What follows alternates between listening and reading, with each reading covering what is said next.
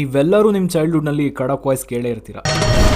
ಊರಿಗೆ ಒಬ್ಬನೇ ಈ ಸಿಂಹ ಅಂತ ಬರೆದೇ ಬಿಟ್ಟ ಆ ಬ್ರಹ್ಮ. ಕನ್ನಡ ಇಂಡಸ್ಟ್ರಿಗೆ ಅತ್ಯಂತ ದೊಡ್ಡ ಕೊಡುಗೆ ಕೊಟ್ಟಂತಹ ಒಬ್ಬ ವ್ಯಕ್ತಿ ಗುಬ್ಬಿ ವೀರಣ್ಣ. ಇವರು ನಡೆಸಿದ ಗುಬ್ಬಿ ವೀರಣ್ಣ ನಾಟಕ ಸಂಸ್ಥೆಯಿಂದ ಹಲವಾರು ಕನ್ನಡದ ದಿಗ್ಗಜರುಗಳು ಹುಟ್ಟಿಕೊಂಡರು. ಅಂಥದ್ರಲ್ಲಿ ನಮ್ಮ ಡಾಕ್ಟರ್ ರಾಜ್ಕುಮಾರ್ ಕೂಡ ಒಬ್ಬರು. ಅಂತಹ ಮಹಾನ್ ಕಲಾವಿದನನ್ನು ಹುಟ್ಟಿ ಹಾಕಿದ ಒಂದು ನಾಟಕ ಸಂಸ್ಥೆಯನ್ನು ನಡೆಸಿದ ವ್ಯಕ್ತಿಯ ಮೊಮ್ಮಗಳೇ ಈ ಬಿ ಜಯಶ್ರೀ. ಇವರು ನಟಿ, ನಿರ್ದೇಶಕಿ, ಗಾಯಕಿ ಹಾಗೂ ಹಲವಾರು ಚಿತ್ರಗಳಲ್ಲಿ ಇವರು ಕಂಠದಾನ ಮಾಡಿದ್ದಾರೆ. 50ಕ್ಕೂ ಹೆಚ್ಚು ಚಿತ್ರಗಳಲ್ಲಿ ಇವರು ಹಿನ್ನೆಲೆ ಗಾಯನವನ್ನು ನೀಡಿದ್ದಾರೆ.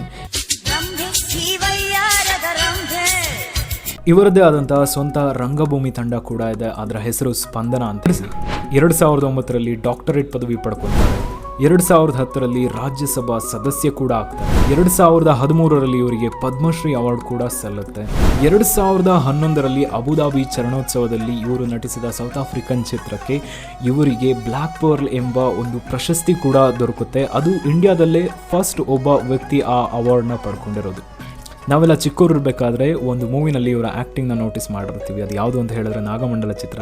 ಅದರಲ್ಲಿ ಕುರುಡವ ಎಂಬ ಪಾತ್ರದಲ್ಲಿ ತುಂಬ ಅದ್ಭುತವಾಗಿ ಕಾರ್ಯನಿರ್ವಹಿಸಿದ್ದಾರೆ. ಹೆಂಗ್ ಹುಚ್ಚನಾಗ ಮಾತಾಡಿದ್ರೆ ಹೆಂಗ? ನೀ ಅದು ಹೆಂಗ್ ಹೂ ಅನ್ನಲ್ಲ, ನಾನು ನೋಡೇ ಬಿಡ್ತೀನಿ. ಹೆಂಗ್ ನಿಂತ ಕಾಲ ಮೇಲೆ ಹೂ ಅನ್ಬೇಕನ? ನಾಳೆ ಹೂ ಅನ್ನ. ಹಾಗೂ ಇವರ ಅನೇಕ ಹಾಡುಗಳನ್ನು ನಾವು ಆ ಟೈಮ್ನಲ್ಲಿ ಕೇಳಿರ್ತೀವಿ. ಹಠ ಹಠ ರವಿಚಂದ್ರನ್ ಅವರ ಸಾಂಗು, ಚಕ್ಕೋತ ಚಕ್ಕೋತ, ಬಂದ ನೋಡಮ್ಮ, ಬೀಳ್ತಾವ್ ನೋಡೀಗ ಎಂಬ ದುರ್ಗಿ ಸಾಂಗು, ಈ ಥರದ ಅನೇಕ ಹಾಡುಗಳನ್ನು ಕೇಳಿರ್ತೀವಿ. ನಮಗೂ ಕೂಡ ಇಷ್ಟ ಆಗಿರುತ್ತೆ. ನಿಮಗೂ ಅವರ ವಾಯ್ಸ್ ಏನಾದ್ರು ಇಷ್ಟ ಆದರೆ ದಯವಿಟ್ಟು ಕಮೆಂಟ್ ಹಾಕಿ.